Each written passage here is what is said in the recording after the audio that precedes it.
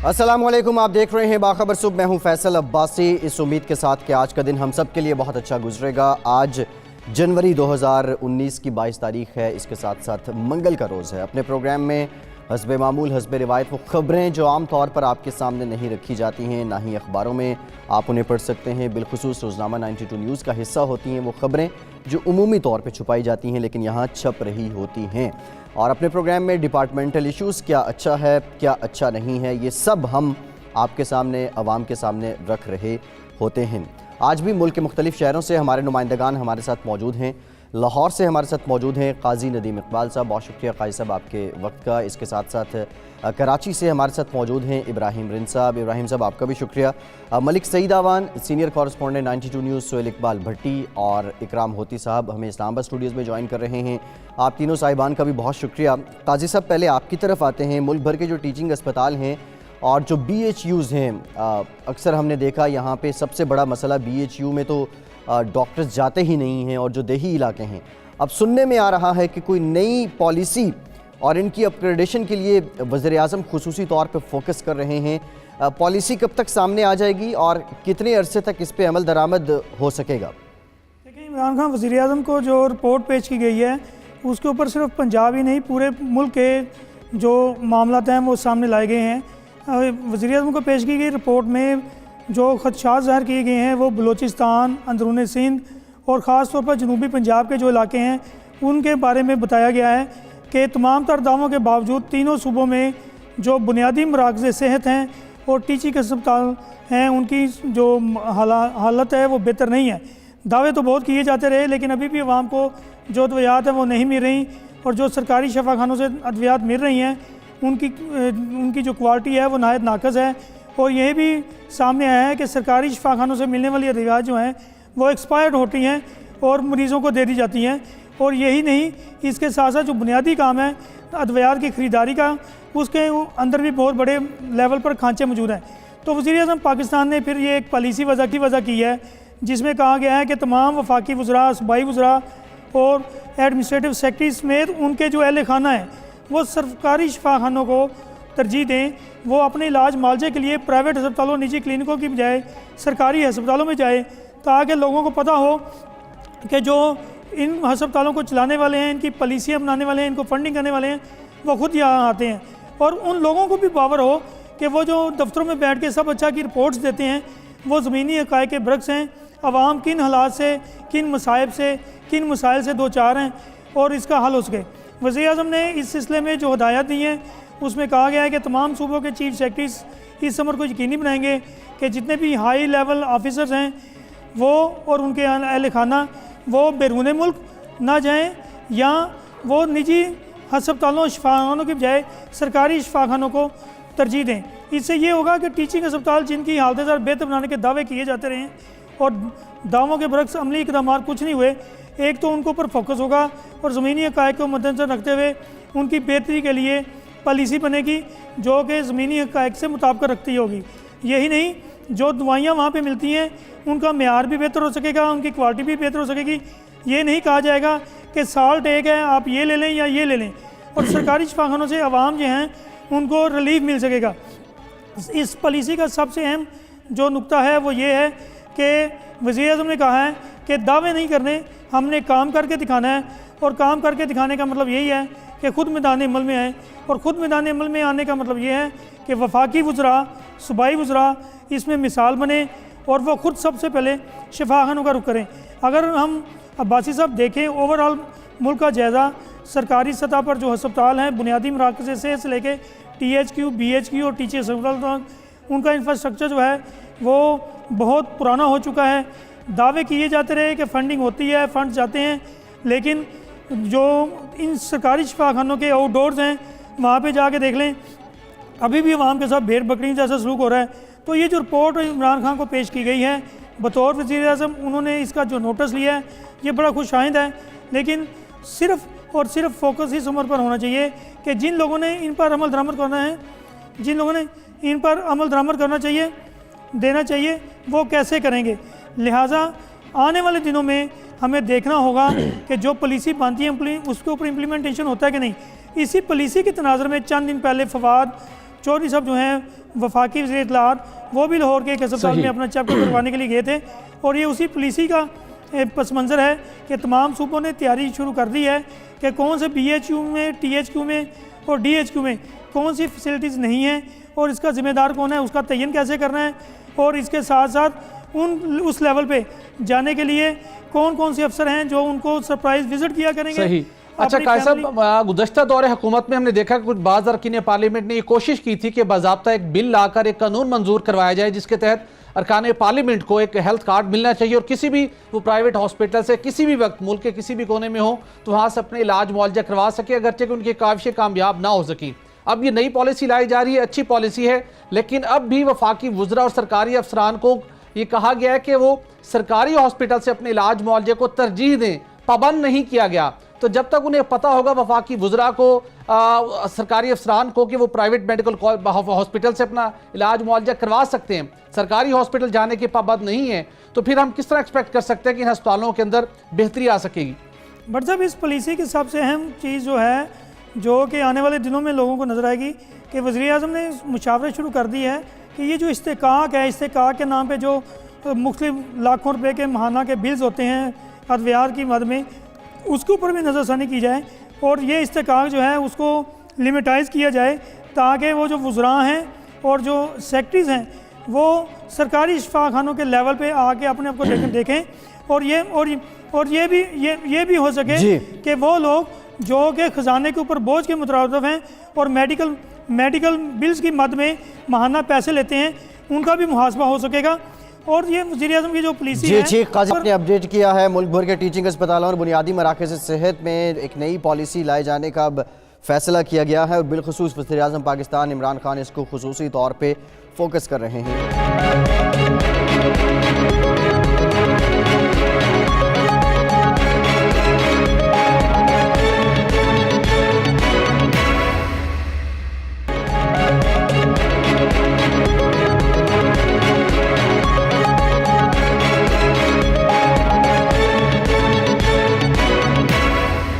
वज़ीर आज़म पाकिस्तान इमरान खान ने एक और भी इनिशिएटिव लिया था। मुस्लिम लीग नून ने अपने इक़्तिदार के आखिरी रोज़ जब आज़ाद कश्मीर के अबूरी आइन में तरमीम की थी, तब्दीली की थी और उस पर वज़ीर आज़म ने एक इंक्वायरी कमेटी भी बनाई थी जो अभी काम कर रही है। भट्टी साहब, एक जानिब वज़ीर आज़म की इंक्वायरी कमेटी और दूसरी जानिब वज़ीर आज़म के ही मातहत वज़ारत ख़जाना वो उस तरमीमी जो सिलसिला था, आइन में जो तरमीम की गई थी उस पर अमल दरामद करवा रही है। ये माजरा क्या है? क्या असद उमर साहब को इस मामले का इल्म नहीं है या फिर कोई और सिलसिला है? फैसल, देखिए, मुस्लिम लीग नून की हुकूमत की जानिब से जब उनके इक़्तिदार का आखिरी रोज़ था यानी कि 31 मई और ये दिन था 15 रमज़ानुल मुबारक का, इस दिन मुस्लिम लीग नून की हुकूमत की जानिब से यानी कि वफाकी काबीना ने आज़ाद कश्मीर के अबूरी आइन में तरमीम करने की मंजूरी दी थी। बहुत उजलत में ये काम किया गया था और हैरान कुन तौर के ऊपर जब आखिरी वफाकी काबीना का ये इजलास था और इफ्तार से कबल ये इजलास ख़त्म हो गया था तकरीबन, और वफाकी काबीना के बाज़ अरकान की जानिब से आज़ाद कश्मीर के अबूरी आइन में तरमीम की मुखालफत की गई थी, चूँकि इस तरमीम के नतीजे में आज़ाद कश्मीर जो कौंसल था उसका इख्तियार ख़त्म किया जा रहा था। उसके साथ साथ जो एजे के कौंसल के ज़रिए वज़ीर आज़म पाकिस्तान का और पाकिस्तान का आज़ाद कश्मीर के इंतज़ामी माली मामलात के अंदर जो इख्तियार था वो दिफा से मुतल्लिक हो, वो सिक्योरिटी इंतजामात से मुतल्लिक हो, वो माली अमूर से मुतल्लिक हो, वो ख़त्म हो जाना था, जिसके नतीजे में वफाकी काबीना के बेशतर अरकान ने इस मामले की मुखालफत की थी। लेकिन 15 उसी रोज़ जब आखिरी वफाकी काबीना का इजलास था तो इफ्तार के बाद दोबारा काबीना के मीटिंग कॉल की गई और शाहिद खान अब्बासी साहब ने ये तरमीम वफाकी काबीना से मंजूर कर ली। मामला सिर्फ यहीं पर नहीं रुका, अब जब ये वफाकी काबीना की मंजूरी के बाद ये मामला आज़ाद कश्मीर हुकूमत के पास पहुंचा, उन्होंने इससे भी ज़्यादा उजलत का मुजाहरा किया। जो प्रोसीजर था उसको कानून साज असम्बली से मंजूर करवाने का, उसको बाईपास किया गया और एक रोज़ बाद उन्होंने इन तमाम तरमीम से आगे बढ़कर कुछ एडिशनल तरमीम भी कर ली जिसकी वफाकी काबीना की जानिब से मंजूरी नहीं दी गई थी। 25 जून को हमने ये मामला रोज़नामा 92 न्यूज़ में भी पब्लिश हुआ था सरकारी दस्तावेज़ के साथ कि वफाकी सेक्रेटरी वज़ारत अमूर कश्मीर ने इस मामले को आईन पाकिस्तान के मुनाफी करार दिया था। उन्होंने एक समरी अरसाल की थी प्राइम मिनिस्टर को जिसमें कहा गया था कि ये इक़दाम आईन पाकिस्तान के आर्टिकल 97 और 98 की खिलाफ वर्जी है, स्टेक होल्डर से मुशावरत मुकम्मल नहीं की गई और जिस तरीके के साथ बहुत से मामलात के अंदर पाकिस्तान का इख्तियार खत्म कर दिया गया है, उसके ऊपर नजरसानी की जरूरत है। इसके बाद प्राइम मिनिस्टर इमरान खान साहब तक जब ये समरी पहुंची थी, जो कि पेंडिंग थी काबीना डिवीजन में, इमरान खान साहब ने इस मामले का नोटिस लिया था और उसके बाद वफाकी वजीर कानून की सरबराही में 7 रुकनी एक तहकीकाती कमेटी कायम की गई, जिसको ये मैंडेट दिया गया था कि सारे मामले की जायजा ले कि किस तरीके के साथ वफाकी काबीना के अंदर इस मामले को तजावज किया गया हुजूर से, और AJ के गवर्नमेंट ने किस तरीके से अपने मैंडेट से तजावज किया और पाकिस्तान के मफादात के ऊपर किस तरीके से कंप्रोमाइज किया गया। अभी ये तहकीकात जारी हैं, लेकिन हैरान कुन तौर के ऊपर जब इस्लामाबाद हाई कोर्ट के अंदर भी मामला ये वहां पर चैलेंज किया गया है, लेकिन वफाकी सेक्रेटरी खजाना आरिफ साहब ने prime minister secretariat prime minister के सेक्रेटरी को ये खत लिखा है कि जो आज़ाद कश्मीर आइन के अबूरी आइन में तरमीम हुई थी, उसकी रोशनी में AJ के कौंसल को फंड्स वो खुद AJ के गवर्नमेंट जारी कर सकती है, वो मुकम्मल एम्पावर हो चुकी है। लिहाजा आज़ाद कश्मीर का वजारत अमूर कश्मीर गिलगित बल्तिस्तान को ये इजाज़त दी जाए कि वो इनको जो ऑपरेशनल एक्सपेंडिचर्स हैं वो कितने हैं, उनकी तफसीलात बताए, ताकि AJ के गवर्नमेंट इसको मुकम्मल तौर के ऊपर इस मामले को टेक ओवर कर ले। हैरान कुन तौर के ऊपर जबकि प्राइम मिनिस्टर की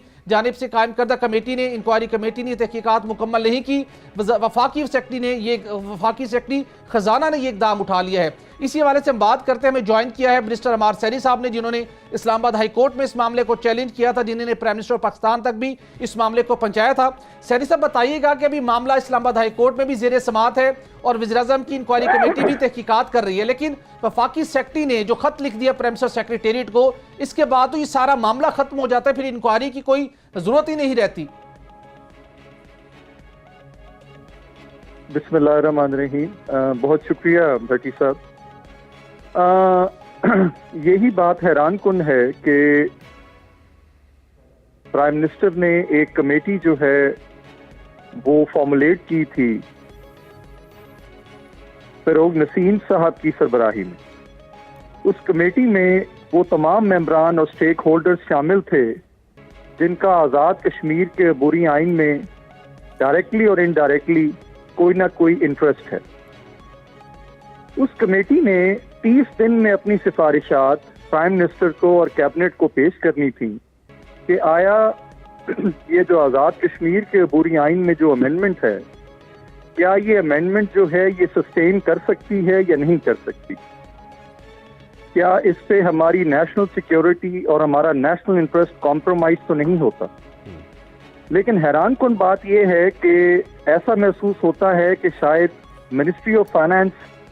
को इस बात का इल्म नहीं था कि ऐसी एक कमेटी जो है स्टिल अभी एग्जिस्ट करती है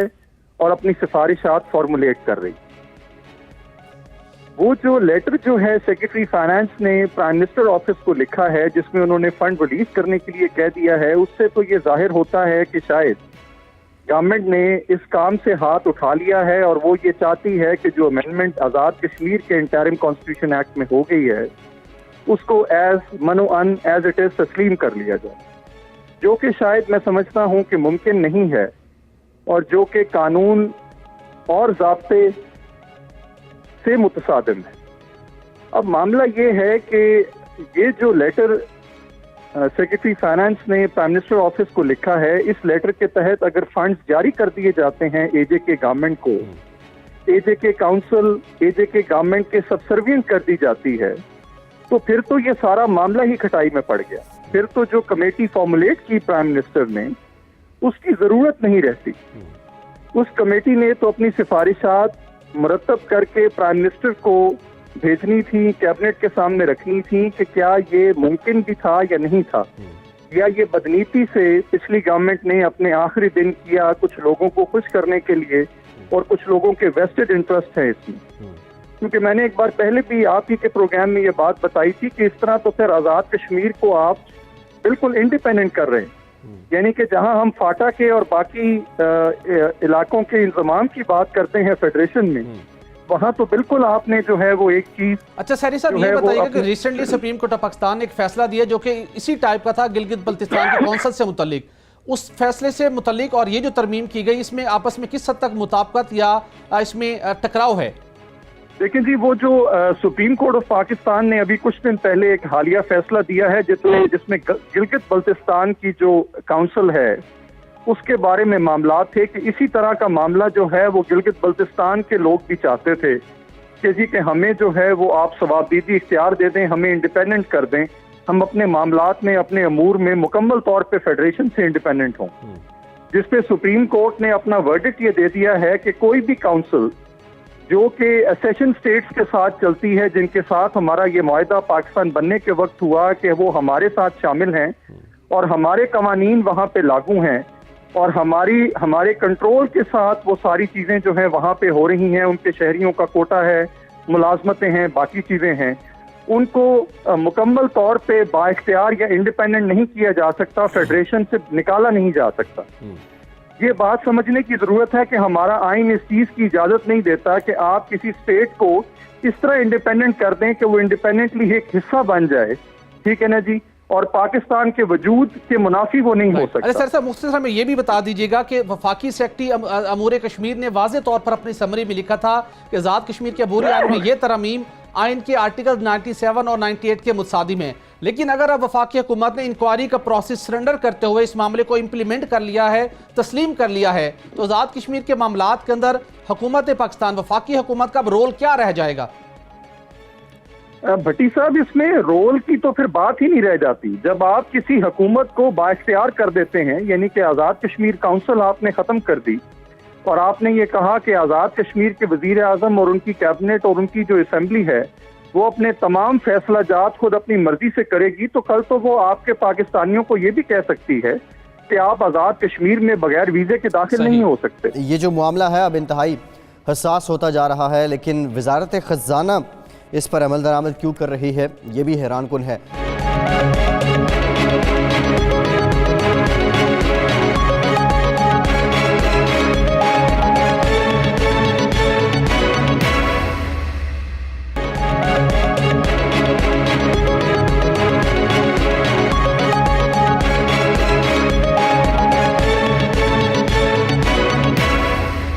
इब्राहिम रिंद कराची से हमारे साथ मौजूद हैं। सिंध हेल्थ केयर कमीशन की कारकर्दगी से मुतालिक इब्राहिम, आपकी खबर है, कितने अरसे से ये हेल्थ केयर कमीशन फ़ाल है, अब तक कितनी कार्रवाइयाँ कर चुका है और बेसिकली इसका जो मैंडेट है क्या उसके अकॉर्डिंग ये काम कर रहा है? जैसे देखें, पहले 2014 में ये बनाया गया था लेकिन गैर फाल रहा था, लेकिन अब जो है गुज़श्ता तकरीबन 1 साल से 1.5 साल से ये जो है मुकम्मल तौर पर फाल हो चुका है, जिसमें जो है एक डायरेक्टर है, एक चेयरमैन, जबकि इसके अलावा जो है 5-5, 6-6 रुकनी कमेटियां भी तश्कील दे दी गई हैं। कराची समेत सूबे भर में अगर सिंध की बात करें तो तकरीबन 2.5 लाख अताई हैं सिंध भर में, और कराची में जो अताइयों की तादाद 50,000 है। कराची की गली महलों में और सिंध भर के गली महलों में छोटे छोटे क्लिनिक कायम किए हुए हैं, जहाँ पर डिस्पेंसरियाँ हैं, क्लिनिक हैं, अस्पताल हैं, गैर रजिस्टर्ड हैं, जहाँ पर गैर तरबियती याफ्ता स्टाफ वहाँ पे काम कर रहा है, और हर साल जो है मुख्तलिफ अफराद को मजीद मुख्तलिफ बीमारियों का शिकार कर रहा है, जिसकी वजह से हर साल महकमा सेहत को जो है वो करोड़ों रुपए मजीद जो है अद्वियात पे और उनकी तशखीस और उनके इलाज पे खर्च करने पड़ रहे हैं। जिसके बाद महकमा सेहत ने बहुत ही अच्छा एक स्टेप लिया, तकरीबन 2 माह के दौरान 2 प्रेस कॉन्फ्रेंस भी कर चुके हैं कि अभी इनको 1 हफ्ते का टाइम दिया जा रहा है। 1 हफ्ते के अंदर अंदर जो जितने भी अताई डॉक्टर हैं, क्लिनिक्स हैं, गैर रजिस्टर्ड हैं, वो फौरी तौर पर रजिस्टर्ड करवाएं ताकि जो आने वाले मरीज़ हैं उनको बेहतर तिबी सहूलियात फराम की जा सके। अगर बात की जाए तो तकरीबन इस 1.5 साल के दौरान तकरीबन 85 क्लिनिक जो है वो इन्होंने सील किए। सिंध हेल्थ केयर कमीशन ने 295 को फौरी तौर पर रजिस्टर्ड करने की हिदायत की गई है और तकरीबन 4500 दरख्वास्तें मौसूल हुई हैं इनको पूरे सिंध से कि इनको रजिस्टर करना है, जिनमें से इन्होंने सिंध हेल्थ केयर कमीशन ने 3500 क्लिनिक्स और डॉक्टरों को जो है वो रजिस्ट्रेशन दी है, जबकि अभी भी हज़ारों की तादाद में, जैसे कि अंदाजे के मुताबिक 2.5 लाख कराची समेत सिंध भर में डॉक्टर्स, क्लिनिक्स और अस्पताल हैं, इनको रजिस्टर करना बाकी है। क्योंकि कराची जैसे शहर में भी रोज़ाना आए रोज़ जो है इस तरह की हम रिपोर्ट करते रहते हैं कि डॉक्टरों की मुबैना गफलत से मरीज़ मर गया, इंतकाल कर गया, बच्चे एक्सपायर हो गए। तो इस तरह की रोज़ाना का मामूल बना हुआ था, जिसपे महकमा सेहत ने अब बहुत ही अच्छा इकदाम उठाया कि फौरी तौर पर सिंध हेल्थ केयर कमीशन को फाल किया और तमाम इसको डायरो जो तमाम चीज़ें इकदाम किए हैं और तो पूरी टीमें तश्कील दे दी गई हैं। जो चेयरमैन है सिंध हेल्थ केयर कमीशन के डॉक्टर टीपू सुल्तान, उनसे भी हमारी गुज़श्ता रोज़ बात हुई थी, तो उनका ये कहना था कि डॉक्टर जो है वो PMDC से रजिस्टर्ड होंगे तो उनको जो है वो सर्टिफिकेट दी जाएगी। इसी तरह नर्सिंग है तो नर्सिंग काउंसिल से होंगी। होम्योपैथिक अगर डॉक्टर है तो वो भी अपने अताइयों और गैर रजिस्टर्ड जो तिब्बी मराकज़ हैं उनकी तादाद 3 लाख के लगभग है, जैसा कि आपने बताया। इन 3 लाख के खिलाफ कार्रवाई करने के लिए सिंध हेल्थ केयर कमीशन के पास कितना अमला मौजूद है, कितने अरसे के दौरान इस कार्रवाइयों को मुकम्मल किया जाएगा? क्योंकि अगर सबके खिलाफ चेकिंग की गई, कार्रवाई की गई, इसके लिए तो कई सालों दरकार होंगे। जी बिल्कुल बिल्कुल आपने सही कहा कि इसी तरह कई साल दरकार होंगे। अब तकरीबन जो पीएमए ने, पाकिस्तान मेडिकल एसोसिएशन ने जो इनको रिपोर्ट दी है उसके मुताबिक 2.5 से 3 लाख जो है वो अताई डॉक्टर, क्लिनिक्स और गैर रजिस्टर्ड जो है डॉक्टर, जो नर्सेज, पैरामेडिकल स्टाफ और मिडवाइफरी हैं यहाँ पर, उनके खिलाफ कार्रवाई करना बाकी। तो इनकी जो तादाद है तकरीबन 25 से ज़ायद है, जो कि एक CEO है, दूसरे जो है वो क्वेकरी के इंचार्ज हैं, जबकि इसके अलावा जो टीमें तश्कील दी गई हैं वो जो है कराची समेत सिंध भर के मुख्तलिफ इजला में जाकर इनके खिलाफ कार्रवाई करेंगे, उनको सील करेंगी और उनके खिलाफ कानूनी कार्रवाई की जाएगी। इनके साथ जो है वो डायरेक्टर हेल्थ होंगे, DHO होगा, THO होगा, मकामी पुलिस होगी और जो है डॉक्टरों की टीमें भी इनके साथ होंगी, जो कि जाके वहाँ पे कानूनी कार्रवाई इनके खिलाफ करेंगी। जो है सिंध हेल्थ केयर कमीशन के चेयरमैन, उनसे जो हमारी बात हुई थी, उनका कहना था कि अभी तक तकरीबन 85 क्लिनिक्स और जो अस्पताल हैं उनको हमने सील किए हैं, जो कि गैर रजिस्टर्ड है। अंदरून सिंध का तो बहुत ही बुरा हाल है कि वहाँ पे बेड्स है नहीं, बिस्तर है नहीं, वहाँ पे चारपाई एक बिछाई हुई है और वहीं पे मरीज वहाँ पे सोए होते हैं, उनको ड्रिप लगाई होती है, उसमें एक जो कलर वाला एक इंजेक्शन लगा देते हैं कि उसकी जो है मजीद उनको वहाँ से ज़्यादा कमाया जा सके। अगर एक आदमी आता है बुखार के मर्ज में, तो उनको अगर इंजेक्शन नहीं लगाते तो वो उससे 50 रुपये देता है। अगर उसको इंजेक्शन और ड्रिप लगा देते हैं ये अताई डॉक्टर, तो उनको 500 से 800 रुपये अदा करने होते हैं और वो मरीज़ खुश होकर चला जाता है। लेकिन अगर सरकारी अस्पतालों का बहुत बुरा हाल है कराची समेत सिंध भर के, अगर वहाँ पर बेहतर तिबी सहूलतें फराहम की जाए तो ये आवाम जो है इन अताई डॉक्टरों के पास, इन क्लिनिक्स के पास ना जाएं। क्योंकि अब अगर एक नर्स है, वो फर्स्ट ईयर की स्टूडेंट है, तो वो भी अपने एक कमरे के घर में जो है वो मैटरनिटी होम खोला हुआ है, वहाँ पे बोर्ड लगाया हुआ है कि यहाँ पे डिलीवरी की सहूलत मौजूद है, 15,000 में, 10,000 में, 5,000 में यहाँ पे सहूलत दी जाती है। अगर ये चीज़ें अगर सरकारी अस्पताल में बेहतर तौर पर फराहम की जाएँ तो ये नर्स और डॉक्टर, पैरामेडिकल स्टाफ भी इस तरह के अस्पताल नहीं खोल सकेंगे। कराची भर की गली महलों में भी छोटे छोटे एक कैबिन टाइप के भी अस्पताल बने हुए हैं और सिंध भर का भी इसी तरह हाल है कि वहाँ पे छोटे छोटे से क्लिनिक है। अगर वहाँ पे मीडिया की टीम पहुँचती है तो पहले से क्लिनिक बंद करके चले जाते हैं। और ऐसे भी हैं क्लिनिक्स और अस्पताल जो कि अताई और जो डॉक्टर हैं, मुस्तनद डॉक्टर हैं, उन्होंने चला रहे हैं, लेकिन वहाँ पे बिठाए हुए अताई हैं, उनके पास डिग्रियां है नहीं, क्योंकि अगर वो MBBS डॉक्टर को बिठाएंगे तो दूर दराज इलाकों तक पहुंचना तो इस कमीशन की टीम के लिए शायद काफी मुश्किल हो। लेकिन कराची के अंदर तो फौरी तौर के ऊपर कार्रवाइयों का आगाज किया जा सकता है। लेकिन उसकी कराची के अंदर ऐसे अनासर के खिलाफ कार्रवाई करने के लिए सिंध हेल्थ केयर कमीशन को किस बात का इंतजार है? जी देखें, बिल्कुल ये अभी इनको बहुत मुश्किलात का सामना भी करना पड़ा है और मजीद करना पड़ेगा, क्योंकि हमें उन्होंने ऑफ द रिकॉर्ड बताइए कि कोई ऐसे भी अस्पताल हैं, ऐसे भी क्लिनिक्स हैं जहाँ पे जो डॉक्टर हैं वो महकमा सेहत के मुलाजिम हैं और उनको अगर वहाँ पे हाथ डालते तो कुछ मुश्किलात होती हैं, क्योंकि बाअसर अफराद भी ऐसे निकल रहे हैं। लेकिन उनको हमने वार्निंग दे दी है कि फौरी तौर पर यहाँ पे तरबियत याफ्ता स्टाफ तैनात करें, अस्पताल को रजिस्टर्ड करवाएं। कराची के जितने भी सरकारी अस्पताल हैं वो चाहे जी शाहीम, आपने अपडेट किया है सिंध हेल्थ केयर कमीशन जो है वो अब फाल हो चुका है। लेकिन देखते हैं ये कमीशन किस हद तक जो है अताई डॉक्टरों के खिलाफ ऑपरेशन करेगा, कितने डॉक्टर्स पकड़े जाएंगे। इस्लामाबाद से मलिक सईद अवान हमारे साथ मौजूद हैं। मलिक साहब, आपकी खबर है रोज़नामा 92 न्यूज़ के फ्रंट पेज पे भी है कि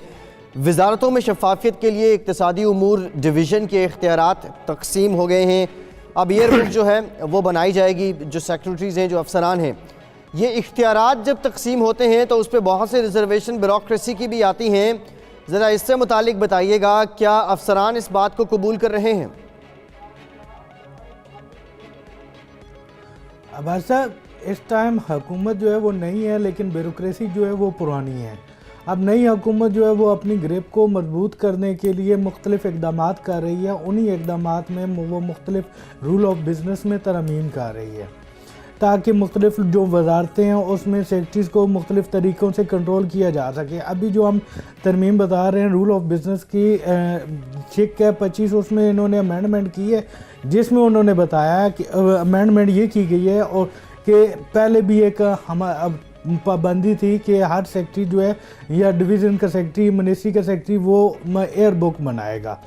लेकिन इस बार इन्होंने ये तरमीम कर दिया है कि वो एयर बुक बनाने के बाद जिसमें सालाना कारकर्दगी होती है वो अपनी काबीना में वो ना सिर्फ बताएगा 90 रोज़ के अंदर अंदर, बल्कि वो उसमें तकसीम भी करेगा। ये बेसिकली जब एयर बुक काबीना में डिस्कस होगी तो ऑटोमेटिकली वो उसमें उस मिनिस्ट्री की कारकर्दगी डिस्कस होगी। कारकर्दगी में पता लगेगा कि किस वजारत ने कितना काम किया। ज़बानी ब्रीफिंग के दौरान आप बहुत सारी ऐसी बातें भी कह सकते हैं जो कि इन प्रोसेस होती हैं, लेकिन किताबों में उसका कोई भी अमल दखल नहीं होता। अब जब ये एयर बुक बनेगी, इसमें वो सिर्फ वही चीज़ें आएंगी जो इनिशिएट हो चुकी होंगी, जिन पे काम चल रहा होगा। ज़बानी कलामी वाला काम ख़त्म हो जाएगा। ये एक ब्यूरोक्रेसी के लिए एक बहुत बड़ा मसला बन जाएगा, क्योंकि एयर बुक के बाद फिर उनकी अपनी प्रोग्रेस रिपोर्ट जो है ACR जिसको हम कहते हैं, वो भी इसी पे आएगी और उससे पूछा जाएगा कि आपकी ये कारकर्दगी इतनी ज़्यादा अच्छी है या बुरी है। इसके साथ साथ हुकूमत की जानिब से एक और भी इकदाम किया गया है। वो ये किया गया है कि इस टाइम वजारत इक़्तिसादी अमूर जो है वो बेसिकली इंटरनेशनल अदारों के साथ डीलिंग करती है और फंडिंग वगैरह से मुतल्लिक और उनके जितने भी मुआहदे हैं सारे मुआहदे उसी से वो एग्रीमेंट करती है। अब मौजूदा हुकूमत ने यह किया है कि अब मुख्तलिफ जो वजारतें हैं उनसे मुतल्लिक मामला बजाय इसके कि पहले एक ही प्लेटफॉर्म पर इक़्तिसादी अमूर डिवीज़न में होते थे, वो अब उन तमाम वजारतों को मुंतकिल करने शुरू कर दिए हैं। इसमें अब हम देखते हैं कि जैसे WHO के साथ इसके अलावा स्कॉलरशिप्स और दीगर जो हेल्थ से रिलेटेड मामला थे, उनकी आलमी तंजीमें और उनके जो एग्रीमेंट थे वो इक़्तिसादी अमूर के पास थे। वो इन्होंने वहाँ से लेके आमिर कियानी साहब हैं वज़ीर सेहत, उनकी वजारत को दे दिए हैं ताकि वो ख़ुद बराह रास्त डील करें।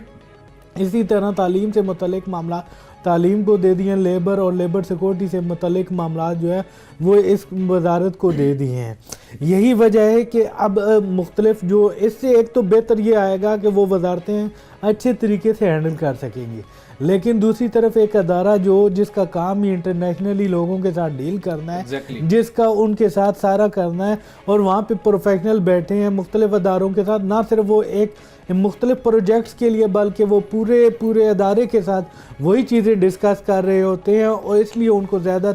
डीलिंग का पता होता है। लेकिन मिनिस्ट्रीज़ में लोगों का ये प्रॉब्लम है कि वो अपने बायर टूअर्स के लिए और अपने पर्सनल फ़ायदे के लिए बहुत सारी ऐसी चीज़ें नहीं कर पाएंगे जो कि पहले इक़्तिसादी अमूर डिवीज़न की तरफ से होती थी। जो शफाफियत के इक़दामात हैं उनका सिलसिला जारी है। वजारतों में शफाफियत के लिए इक़्तिसादी अमूर डिवीज़न के इख्तियारात को तकसीम किया गया है। गैर मुल्की तंजीमों मुआहिदों से मुताल्लिक़ इख्तियारात वजारत सेहत, ओवरसीज़ पाकिस्तानीज़ और बैनुस्सूबाई राब्ता को मिल गए हैं। इसी तरह लेबर और जो सोशल वेलफेयर सेक्टर है, इससे मुतालिक मामलात वजारत इक़्तिसादी उमूर से लेकर वजारत समंदर पार पाकिस्तानीज़ के सुपुर्द कर दिए गए हैं। मलिक साहब, आप बता रहे थे कि ये इख्तियारात की तकसीम ब्यूरोक्रेसी के लिए मसला बन गई है, लेकिन जाहिर है एक जानिब हुकूमती पॉलिसी भी आती है, फिर उस पॉलिसी पर इम्प्लीमेंटेशन में जो मंशा है, मर्जी है, वो अफसरान की ब्यूरोक्रेसी की हमेशा से इम्पॉर्टेंट रही है। इस फैसले को किस हद तक कबूल कर रहे हैं आला अफसरान?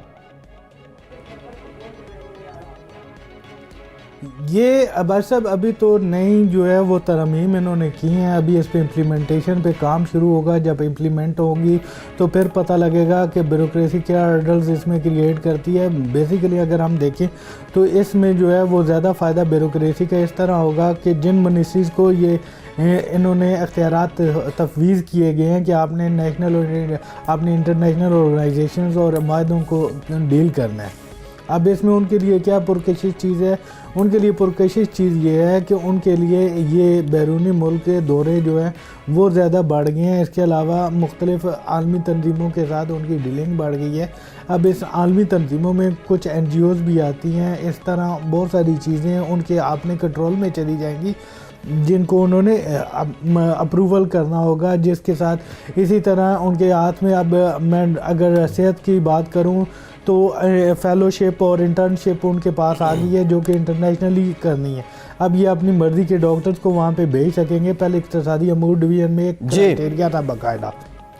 ठीक, मलिक साहब आपने अपडेट किया है। एक ब्रेक लेते हैं, ब्रेक के बाद दीगर मामलात पे बात करेंगे। हमारे साथ रहिए।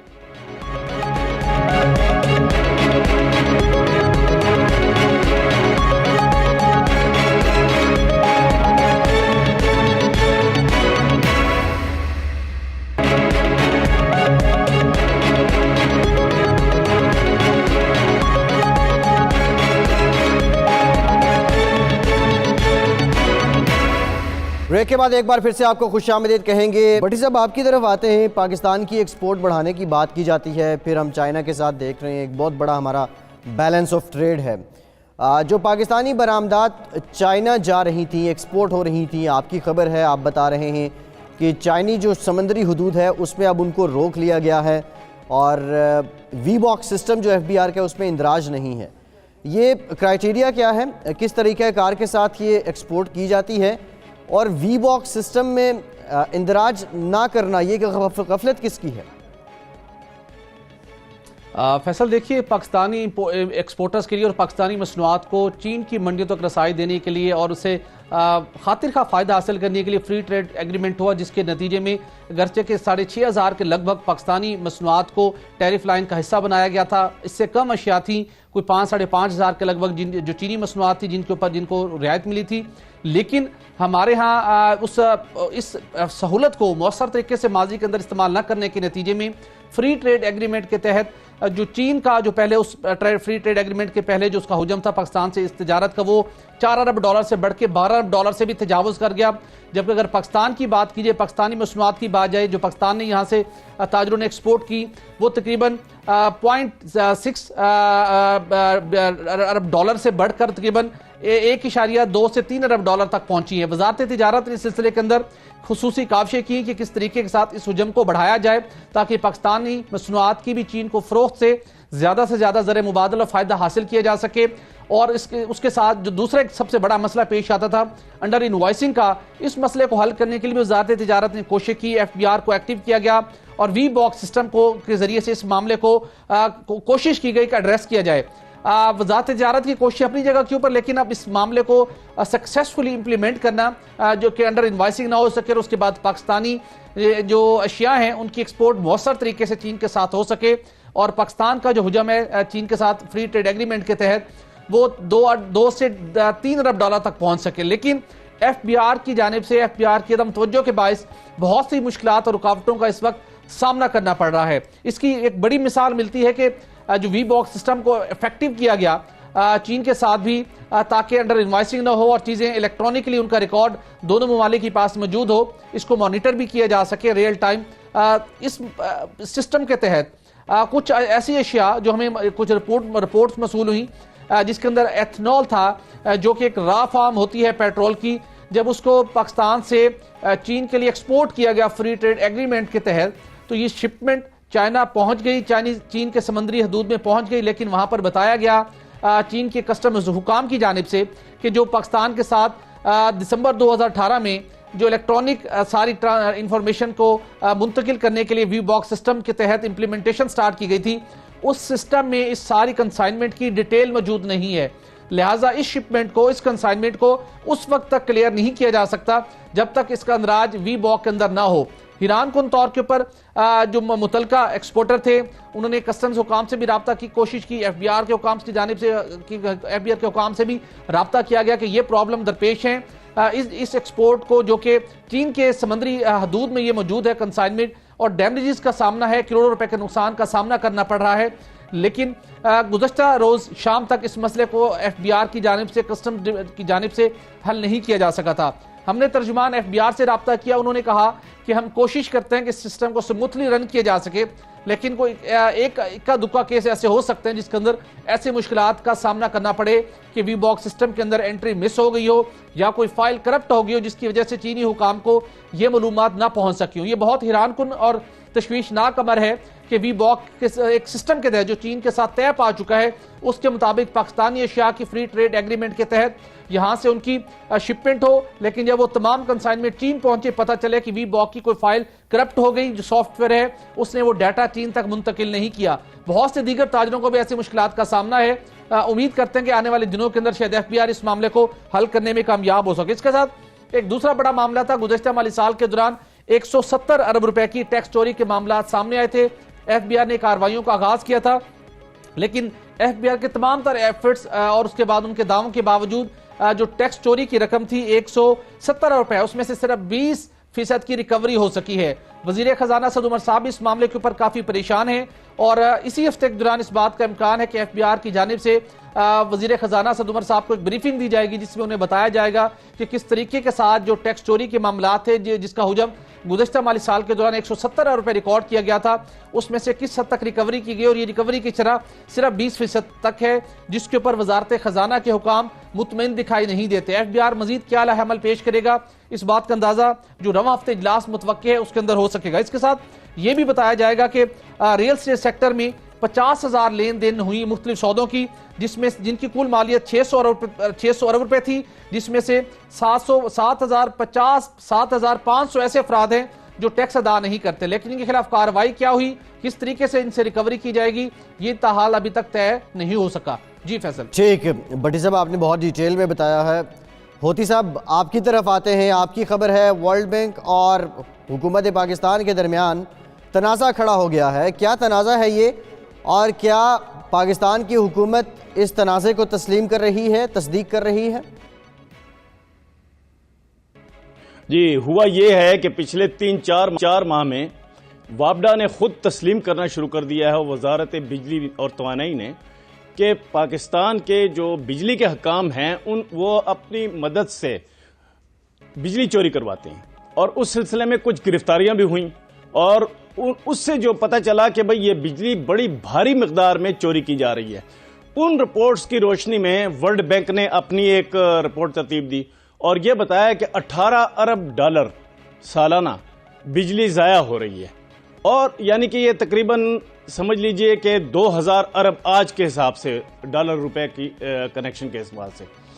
जब ये रिपोर्ट आई तो उसी दौरान पाकिस्तान IMF से गुफ्तगू कर रहा था, तो IMF वालों ने बहुत ज़्यादा सवालात किए पाकिस्तान में आकर बिजली ही के सेक्टर पर और कहा कि आपके तो पैसे यहाँ से ज़ाया हो रहे हैं।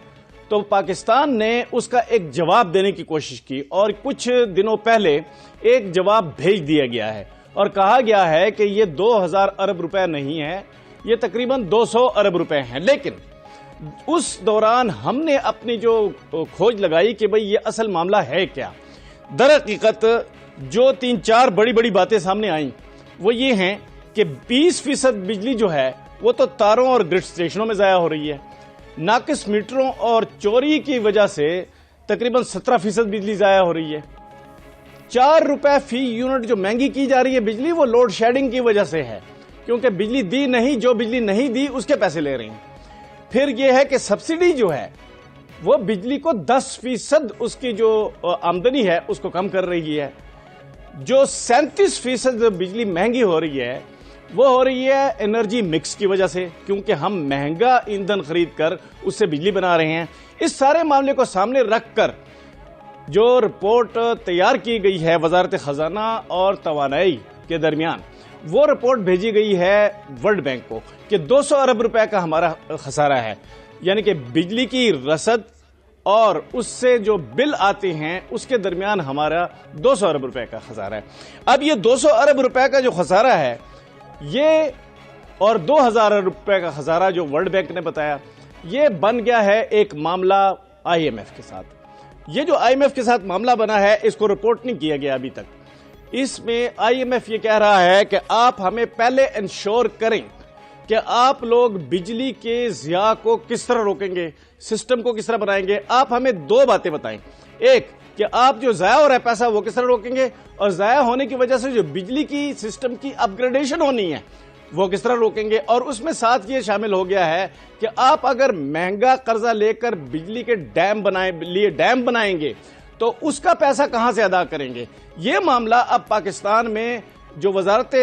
तवानाई के लोग हैं वो कहते हैं कि ये सही बात है कि अब ठीक। होती साहब, प्रोग्राम का वक्त खत्म हो गया है, बहुत शुक्रिया होती साहब, काजी नदीम इकबाल साहब आपका, मलिक सईद अवान, सोहेल इकबाल भट्टी, आप सब लोग हमारे साथ मौजूद थे। इस उम्मीद के साथ कि आपका बाकी का दिन बहुत अच्छा गुजरेगा। फैसल अब्बासी को इजाज़त दीजिए।